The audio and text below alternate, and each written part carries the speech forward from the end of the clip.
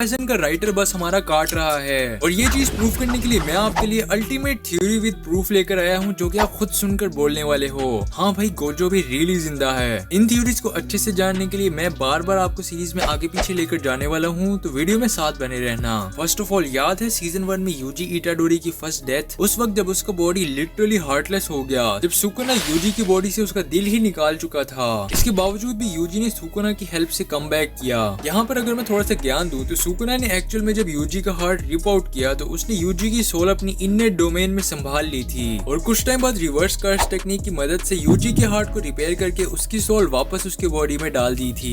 Gojo और शोको दोनों वहीं पर थे जब यूजी ने अपना कमबैक किया। जुजुत्सु काइसन की यूनिवर्स में Gojo one of the most talented sorcerer है और उसके लिए रिवाइवल का ये प्रोसीजर अपनी बॉडी पे परफॉर्म करना कोई मुश्किल काम नहीं और यूजी की सोल स्वैप टेक्निक की मदद से ये काम और भी आसान हो जाएगा। ये पॉसिबिलिटी गोजो की स्टोरी आपके साथ बहुत अच्छी तरह फिट भी बैठ जाती है। Late me explain. सीजन 2 में जब गोजो मरने के करीब होता है तो वो फाइटिंग को गिव अप करके अपना दिमाग रिवर्स कर्स टेक्निक पर फुली फोकस कर देता है। अपनी डेथ से इतना क्लोज होने पर वो कोर ऑफ कर्स एनर्जी जान जाता है और जुजुत्सु काइसन में हमें ये बात शुरू से ही बताई गई है कि सोल और बॉडी आपस में कनेक्टेड हैं। अगर गोजो अपनी सोल को मेंटेन करने का आइडिया किसी तरीके से सीख ले, जैसे कि सुकुना ने केंजाकु से सीखा और 20 कर्स ऑब्जेक्ट्स में डिवाइड करके अपने आप को इमॉर्टल बना लिया। इवन माहितो अपनी सोल की शेप को चेंज करके अपने आप को हील कर सकता है। अब यहाँ पर गोजो का बॉडी स्लाइस हो चुका है और अगर गोजो के रिवाइवल को हम यहाँ पर थोड़ा एस्टेब्लिश करने की कोशिश करें तो सीरीज में थोड़ा बैक जाना पड़ेगा। चैप्टर 37 में सीरीज हमें बताती है कि एक बॉडी कर्स एनर्जी को गट में प्रोड्यूस करता है और उसके बाद ही वो एनर्जी पूरे बॉडी में सर्कुलेट करती है।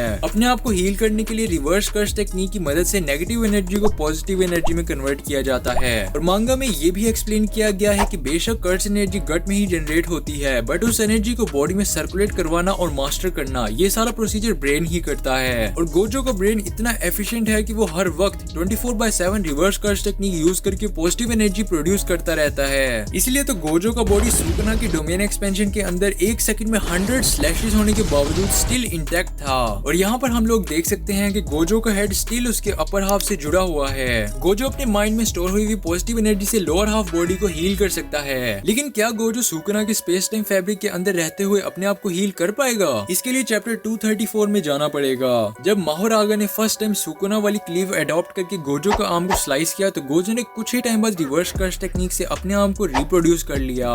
गोजो के रिटर्न की ये पॉसिबिलिटी काफी मेक सेंस करती है और अगर राइटर चाहे तो गोजो के माइंड की पॉजिटिव एनर्जी यूज करके उसका धमाकेदार कमबैक कर सकता है। बट अगर हम यहाँ पर सपोज कर लेंगे फाइट के बाद गोजो के माइंड के अंदर अपने आप को हील करने के लिए इनफ पॉजिटिव एनर्जी नहीं बची है तो फिर वो आखिर कैसे कमबैक करेगा? वेल, इसकी थ्योरी ये है कि सिर्फ 2 बंदे हैं जो कि दूसरों की बॉडीज को रिवर्स कर्स टेक्निक से हील कर सकते हैं और वो है शोको और यूता। और मेमे के भाई के पास टेलीपोर्ट करने की एबिलिटी है, तो if writer wanted then Yuki और शोको को गोजो के पास लाकर हील करना would be a great comeback, right? Moreover Gojo की बुधा के साथ काफी सिमिलरिटीज हैं। उसका हेवन और अर्थ वाला डायलॉग राइटर ने डायरेक्टली बुधा से कॉपी किया है। चैप्टर 75 के अंदर गोजो अपने हैंड्स को नॉर्थ और साउथ की तरफ पॉइंट करके वही डायलॉग बोलता है, through heavens and earth I am honoured one. और अगर आप बुद्धा की स्टोरी थोड़ी जानते हो तो उसने एज अ चाइल्ड यही सेम लाइन बोली थी जब उसने अपनी मॉम से 7 कदम आगे बढ़ाए। आप सोच रहे होंगे कि ये बुद्धा और गोजो की सिमिलरिटीज का ज्ञान मैं क्यों दे रहा हूँ, इसका गोजो के रिटर्न के साथ आखिर क्या लेना देना है? तो भाई wait, let me explain. Gojo versus Sukuna की फाइट के वक्त गोजो की एज 29 ईयर्स है और बुद्धा भी जब इनलाइटलमेंट के सफर पर निकला तो वो भी 29 ईयर्स का था और बुद्धा को इनलाइटलमेंट तब मिली जब उसने फास्टिंग शुरू की थी। हाँ, बाद में उसने खाना पीना शुरू कर दिया था और उसने फास्टिंग खत्म कर दी थी। यहाँ पर गोजो भी सुकुना से डिफीट होने के बाद अभी के लिए तो अपनी हार एक्सेप्ट कर चुका है, लेकिन कुछ टाइम बाद वो इनलाइटन होगा और ये बात रियलाइज करेगा कि इस कर्स वर्ल्ड में अभी उसकी जरूरत बाकी है, तो वो अपने आप को रिवाइव करने का कोई ना कोई रास्ता फाइंड आउट कर लेगा।